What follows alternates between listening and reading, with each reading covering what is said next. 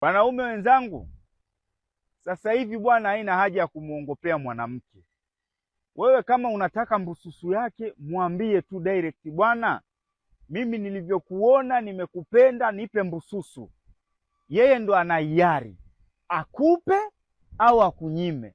Habari za kuleta uongo sasa hivi mpaka wanaume wengine ambao sisi ni wastaarabu tunaonekana waongo hakuna. I wonder.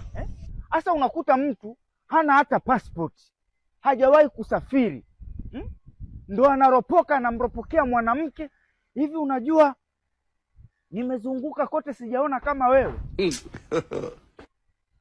Wewe hapo Kenya tu hujafika, unasema kuna uwezekano hata Mafinga hujafika. Maskini ya Mungu, ndo Tanzania hii eti nimezunguka kote sijaona kama. Hujaona kama wewe wapi?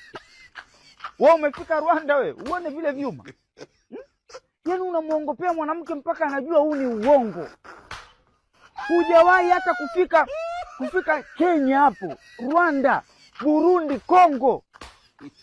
Maana tusiende huko uhaibuni mbali. Afrika Mashariki tu hujaizunguka, unaanza sijaona kama. Hujaona kama yeye wapi? Ni wewe umezunguka wapi? Yaani kuzunguka hapo Tandale kwa Mtogole au Mbagala rangi tatu unasema umezunguka, hujaona kama yeye?